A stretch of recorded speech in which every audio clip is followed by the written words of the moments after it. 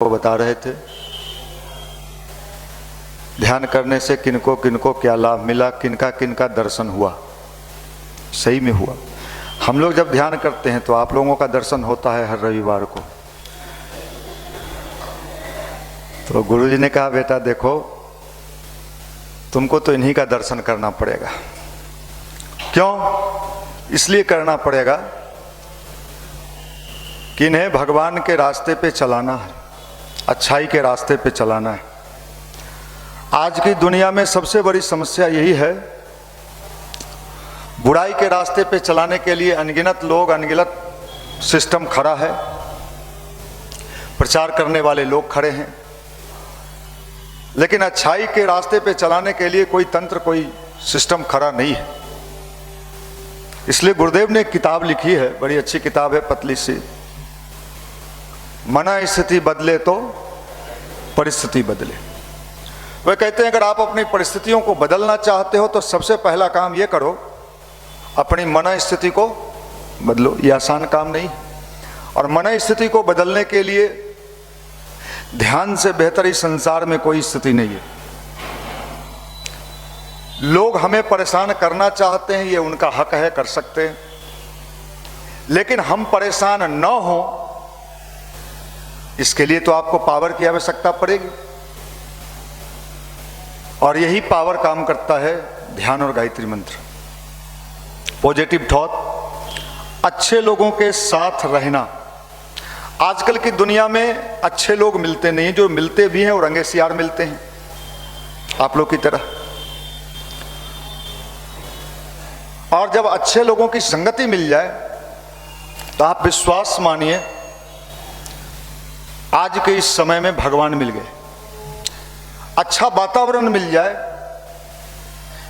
जैसे रेगिस्तान में अगर कोई दूर से घर दिखाई पड़े तो आश्चर्य होगा घर कैसे है। तो बिहार में ये रेगिस्तान का टापू है युवा प्रकोष्ठ।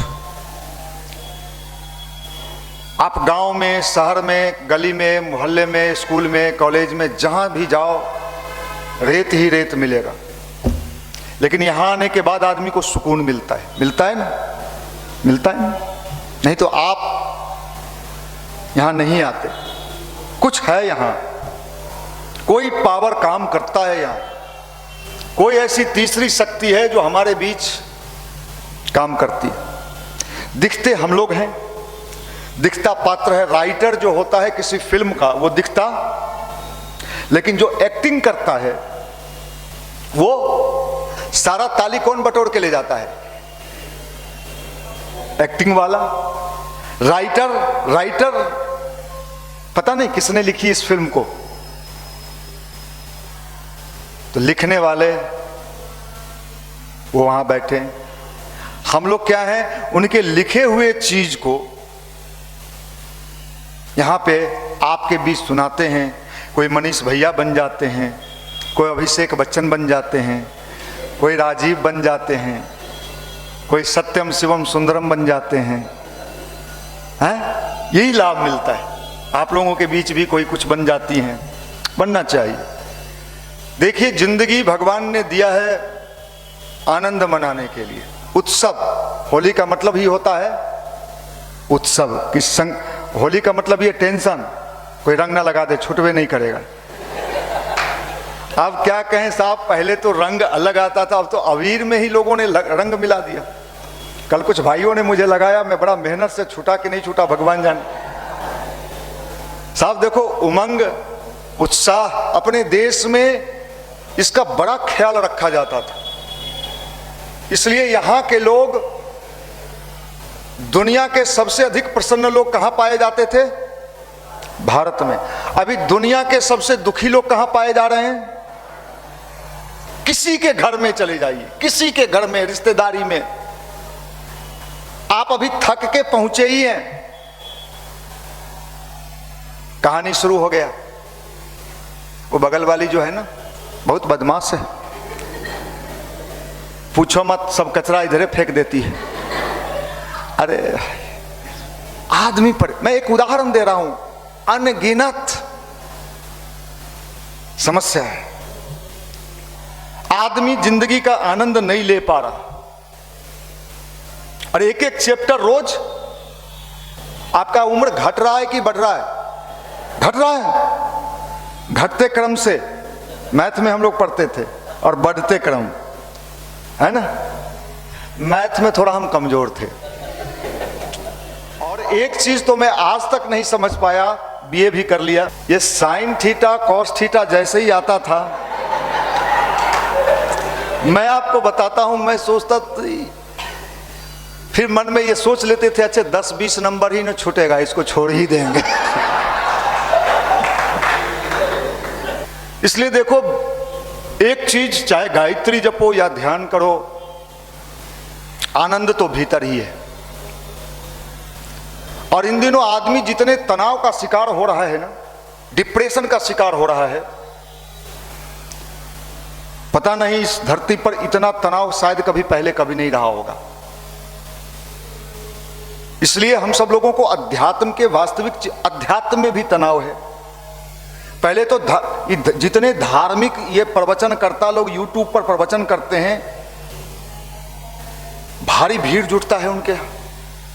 कोई कहता है बेलपत्तर पर शहद लगा के शिव जी पर चिपका दो, तुम्हारा रिजल्ट बढ़िया आएगा, और उसके फॉलोअर भी बड़े लोग। इस तरह के अंधविश्वास फैलाए जा रहे हैं। कोई कहता है तुम्हारे बारे में हम लिख के बता देंगे, वहां भारी भीड़ जुट रहा है।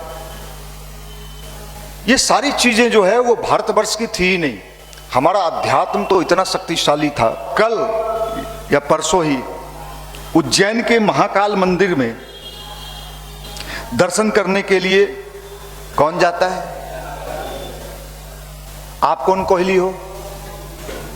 मुंगेरी लाल के हसीन सपने? कोई कोहली नहीं है बिहारी। लेकिन देखो साहब, धीरे धीरे बड़े लोगों के बीच अध्यात्म के प्रति रुझान बढ़ रहा है, बढ़ रहा है। ब्रिटेन का प्राइम मिनिस्टर कौन है? आप कहां के प्राइम मिनिस्टर हो? मुसल्लपुर के लॉज का। और वो देखो ऋषि सोनक जो है हाथ में क्या बांध रहा है? कलावा बांध रहा है। गाय को खाना खिला रहा है। आपको अगर आपके देश में अगर गाय को खाना खिलाया जाए, अगर आप लोग खिलाने लगो तो लॉज का लड़का सब क्या कहेगा आपको? ये पागल हो गया है, रोज गाय को खिलाता है। मैंने ऋषि सोनक से भी ज्यादा हम लोगों के पास बुद्धि आ गया। विराट कोहली तो हम लोग के सामने पानी भरता है, अनुष्का झाड़ू लगाती है। आप सोचो इन चीजों को। आने वाला समय अध्यात्म के अलावा व्यक्ति को कहीं शांति मिलने वाला नहीं, और हमें इन्हीं चीजों पर विश्वास करना है। ये गायत्री मंत्र, ध्यान, अच्छे विचार व्यक्ति के जीवन में। आईक्यू की बात कर रहे थे भाई अभिषेक जी। आईक्यू, अगर आपको सही में आईक्यू चाहिए तो आप किसी पॉकेट मार से दोस्ती कर लो। बढ़िया आईक्यू उसके पास रहता है। अच्छे अच्छे लोग खड़े मिलेंगे और उनका पॉकेट कब गिर, बिना आईक्यू के संभव है क्या ये? इसलिए अभिषेक जी ने अगला वाक्य क्या बोला? ईक्यू। दुनिया के जितने टॉप साइंटिस्ट हैं, आप तो पढ़ते नहीं हो, आप जब उनके डीप में जाओगे तो देखोगे आईक्यू से ज्यादा इनके जीवन में कौन सा चीज प्रभावित किया? ईक्यू। जो भावना की बात हो रही थी, इमोशंस, इमोशंस सबके पास होता है। निगेटिव या निगेटिव इमोशंस भी होता है और पॉजिटिव इमोशंस भी होता है। अगर पॉजिटिव इमोशंस को हमने बढ़ा लिया तो इमोशंस में इतने पावर है, सही बताया, जो कि ध्यान और गायत्री से मिलता है, पॉजिटिव थॉट से मिलता है। इमोशंस में इतने पावर हैं कि जानवर तक को इस देश में अपना वफादार बना लिया गया सिर्फ इमोशंस के बल पर। महाराणा प्रताप के घोड़ा का नाम क्या था? चेतक। महाराणा प्रताप उससे इतना प्यार करते थे, प्रेम करते थे इमोशंस के साथ, कि बड़े पहाड़ी से कुदवा दिया उस घोड़े को और आपको कुदवाया जाता तो इमोशंस। जितने कुत्ते को ट्रेनिंग दिया जाता है, आप उसके ट्रेनर से कभी मिले हो? ट्रेनर उसको इमोशंस का डोज देता है, जैसे मेडिसिन का डोज है ना, उसी तरह इमोशंस का। इमोशन से व्यक्ति के अंदर की ताकत बढ़ती है, भावनाएं। कई बार लोग कहता है ना, हम भावना में बेवकूफ बन गए। नहीं, आप बेवकूफ थे इसलिए बेवकूफ बन गए। आप बेवकूफ थे। भावनाएं कभी किसी को बेवकूफ नहीं बनाती। इसलिए हम अपनी भावनाओं को एक दिशा देने का काम करें। तो इस देश में उदाहरण है कि भावना के बल पर भगवान को भी उपस्थित होना पड़ा। भगवान भी उपस्थित हुए हैं भावना के बल पर। जितने साइंटिस्ट हैं, मैं उनकी जीवनी पढ़ने के लिए आपको कहता हूं, अगर उनके अंदर इमोशंस का वो क्लाइमेक्स नहीं होता तो दुनिया में रिसर्च नहीं करते, शोध नहीं करते। कलाम की जीवनी को कभी पढ़ना। बचपन से कलाम आध्यात्मिक थे, और ये इमोशंस उनके जीवन में जब पहली बार इंदिरा गांधी प्राइम मिनिस्टर थी, पढ़ोगे तो समझोगे। हमें पढ़ने से तो कोई लेना देना है नहीं। कैसे कोई इतने ऊंचे उठते हैं व्यक्ति। जब पहली बार भारत की उस समय बहुत दबंग प्राइम मिनिस्टर, आयरन लेडी के रूप में जाना जाता था, किनको? इंदिरा गांधी को। कलाम साहब को बुलाई। उस समय पहनने के लिए कलाम के पास बढ़िया कपड़ा नहीं था। कलाम ने अपने दोस्त का उधार कपड़ा लिया और प्राइम मिनिस्टर, लेकिन इमोशंस उनके पास था, और उस इमोशंस के बल पर, भावनाओं के बल पर भारत के महान वैज्ञानिक बनते चले गए। और वैज्ञानिक बनते बनते भारत के राष्ट्रपति बन गए। अभी जो राष्ट्रपति बनी हैं, उदाहरण देंगे तो आपके चाचा का तो उदाहरण नहीं देंगे ना, हमारे मामू का दीजिए, पेट्रोल पंप है उनको, होंडा का एजेंसी है, पीक फेंकते हैं बगले में, हम उठा के कभी कभी किनारे रख देते हैं। अच्छा करते हैं, उठाते रहिए। अभी जो राष्ट्रपति हैं द्रौपदी, आप डीप में जाओ द्रौपदी मुर्मू को। जीवन में जितने कष्ट द्रौपदी मुर्मू ने सहे हैं, आप शायद नहीं सह पाते। आदिवासी घर में जन्म ली, गरीबी का जीवन जी, बेटा गया, पति गया, इतने संकटों से गुजरते हुए, लेकिन एक पावर द्रौपदी मुर्मू के जीवन में जब आया तो उनका कायाकल्प कर दिया। कि कौन चीज का? अध्यात्म, स्पिरिचुअलिटी। अध्यात्म की शक्ति जब द्रौपदी मुर्मू के जीवन में आया है, भारत के राष्ट्रपति भवन में पहली बार कोई ऐसे ही राष्ट्रपति बनी है जहां मांस मछली के भोजन को पूर्णतया प्रतिबंधित कर दिया गया। लहसुन प्याज तक नहीं खाती हैं, 2-2 घंटा ध्यान करती है, 2-2 घंटा मेडिटेशन करती है, ध्यान करती है।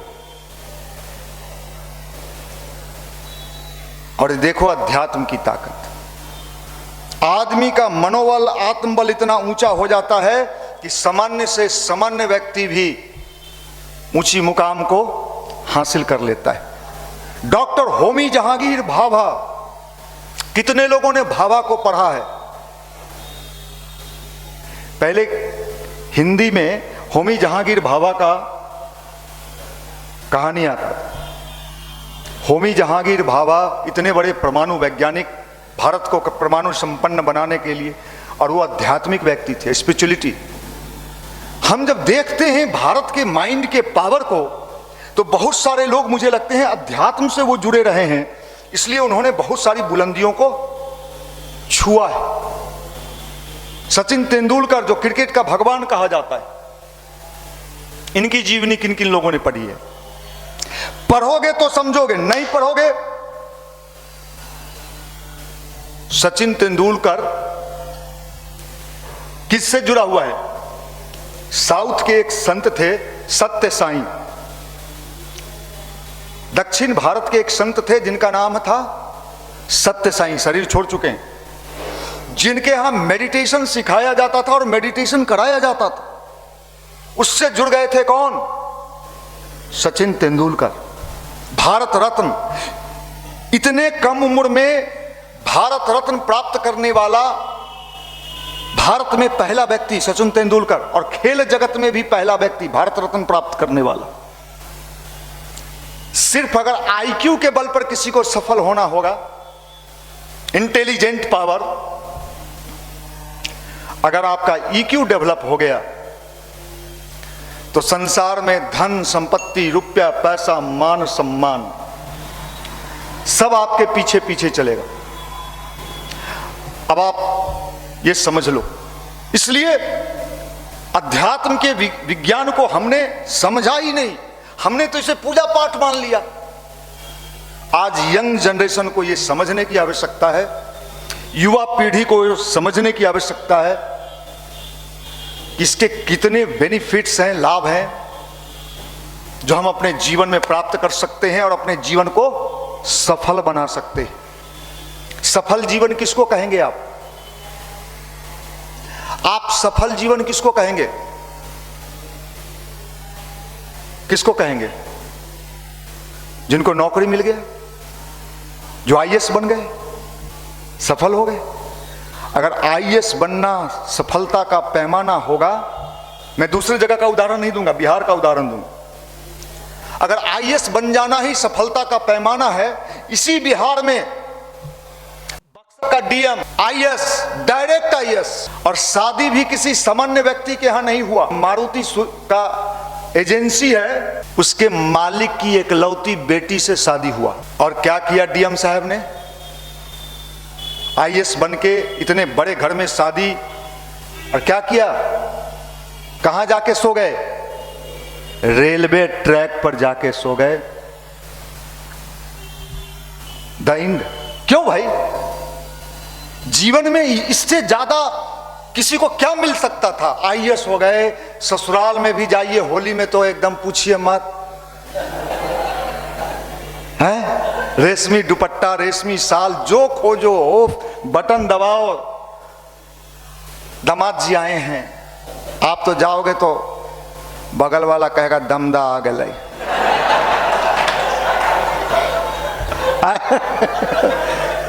कुछ काम उम ना कर रहे लगे। चलो अच्छा। अरे देखिए, ससुराल बड़ा खतरनाक भी होता है और अच्छा भी होता है। बुरा न मानो, होली है। होली में खाली ज्ञान ही नहीं, थोड़ा विज्ञान भी ले लो। मैं सत्य बता रहा हूं। हम कभी कभी इस पर सोचते हैं कि साहब ना, आश्चर्य होता है। इसलिए वहां पहुंचने के बाद भी व्यक्ति को आनंदपूर्ण जीवन तभी मिल सकता है जब वो अंदर से प्रसन्न रहेगा, निश्चल रहेगा। और यही निश्चलता प्रदान करता है कौन सा? गायत्री मंत्र और ध्यान। इसको आप समझ लीजिए। मैं कल देख रहा था ब्रिटेन में गुरुकुल खुल रहा है। मैं कल टेलीविजन पर देखा, इंडिया न्यूज दिखा रहा था, ब्रिटेन में, जो भारत में पहले, भारत में तो आप सेंट जोसेफ, सेंट कोलंबस, संत माइकल, हम लोग तो अब बड़े हाई फाई लोग हो गए। ब्रिटेन में खुल रहा है गुरुकुल, और गुरुकुल फूस का झोपड़ी बनाया जा रहा है जंगलों में, और बड़े बड़े घर के बच्चे उस गुरुकुल में पढ़ने जा रहे हैं, बाल छिला के, और धोती और कुर्ता पहनाया जा रहा है। और इंडिया में, बिहार में टाइट जींस, टाइट बेल्ट, सब टाइट, भरे घर में सब चीज लूज हो, लेकिन बाहर रोड पर टाइट। माफ करिए, अरे मिट्टी में भी बीज तब डाला जाता है जब मिट्टी को एकदम क्या किया जाता है, हल जोत के एकदम मिट्टी को भुरभुरा बना दिया जाता है, तब जाके उसमें बीज डलाता है और तब उससे पौधा। मनुष्य का जीवन भी यही है। कठोर पत्थर पर अगर बीज फेंक दोगे तो क्या बीज पैदा होगा? नहीं होगा। विचार करो, मनुष्य का जीवन, और आप सोचो कि वातावरण का प्रभाव क्या पड़ता है। एक सच्ची घटना है, आप सब भी जानते होंगे, कहीं ना कहीं पढ़ा होगा आपने भी। एक कहानी है रामू भेड़िया। बचपन में एक इंसान का बच्चा जंगल में भटक गया, सच्ची घटना है।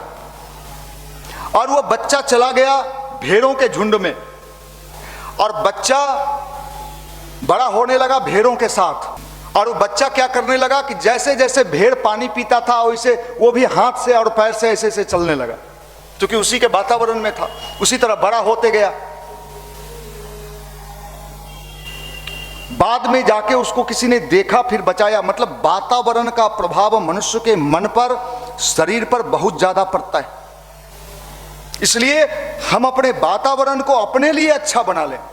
युवा मंडल में आने का उद्देश्य यही है। आप समझो, जिंदगी आपको अभी लग रहा है ना, अभी हमारे एक भाई यहां से गए हैं नौकरी करने, मद्रास में, चेन्नई में गए हैं, बालमुकुंद, रेलवे में गए। परसों हमको फोन किए वो, जो भैया यहां सारे बड़े अधिकारी हमसे बड़े खुश हैं, उनको ड्यूटी मिला है ऑफिस में रेलवे के।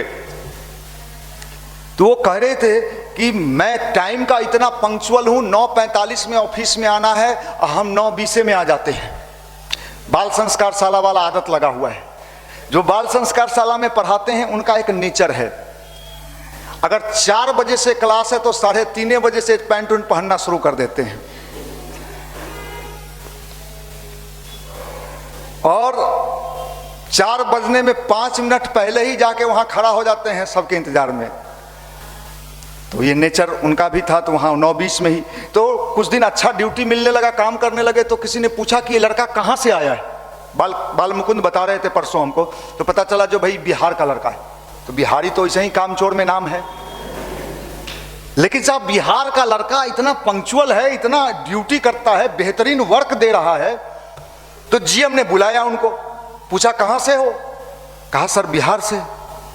पहले तो आश्चर्य हुआ कि बिहारी इतना पंक्चुअल कब से रहने लगा, ये तो बदनामे है, 9 का मतलब 10:30। तो कहा ठीक है, तुम्हारे ही जैसे लोग इस रेलवे को चाहिए इसको आगे बढ़ाने के लिए। तो इनकी एक सीनियर है जो लेडीज है, बताइए कि वो लेडीज इस बार आईएएस कंप्लीट की है, तो रेलवे की बड़ा पदाधिकारी है। एक दिन उसके साउथ की है, तो उसको भी सूचना मिला कि कोई लड़का आया है, बहुत अच्छा ड्यूटी दे रहा है, 9:20 में ही आ जाता है। तो उनको भी आश्चर्य लगा, ये कौन लड़का अजूबा आ गया प्राणी भेड़ के झुंड में। तो मैडम, वहां पूरे डिपार्टमेंट में ये बात का हल्ला था कि मैडम बड़े खरनूस हैं, वो एकदम, इसको बुलवाई तो सब इसको हंसने लगा, आज जाओ तेरा क्लास होगा। ये भी बेचारा डरा डरा पहुंचा मैडम के चैम्बर में। मैडम पूछी कि बिहार से हो? जी मैम। शादी हो गया? गर्लफ्रेंड है? कहा कि भैया हम सर नीचे करके हंसने लगे, खाना अपने बनाते हो, तुम्हारा नाम सुन रहे हैं, तुम बहुत अच्छा काम कर रहे हो। और मैडम ने उसे थैंक्स कहा, और उस सारे वर्कर के बीच इस बात की चर्चा होने लगी, ये कौन जादू कर दिया है कि जीएम से लेके वो मैडम जिसको कोई नहीं, सब इसको बुला बुला के पूछ रहा है। यही है युवा प्रकोष्ठ और गायत्री परिवार। जहां भी जाएगा अपना झंडा